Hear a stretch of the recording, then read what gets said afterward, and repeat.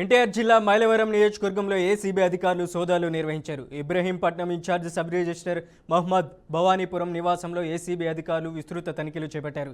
ఇటీవల Ibrahimpatnam sub register కార్యాలయంలో అవినీతి ఆరోపణల నేపథ్యంలో తనిఖీలు చేస్తున్నట్లు సమాచారం అందుతుంది.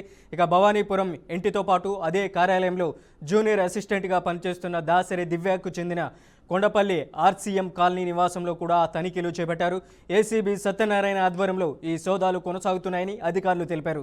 సోదాలు పూర్తయిన తర్వాత పూర్తి వివరాలు వెల్లడిస్తామని ఏసీబీ అధికారులు స్పష్టం చేశారు. ఎన్టీఆర్ జిల్లా మైలవరం నియోజకవర్గంలో ఏసీబీ అధికారులు సోదాలు నిర్వహించారు. Ibrahimpatnam incharge sub registrar Mohammed Bhavanipuram నివాసంలో ఏసీబీ అధికారులు విస్తృత తనిఖీలు చేపట్టారు.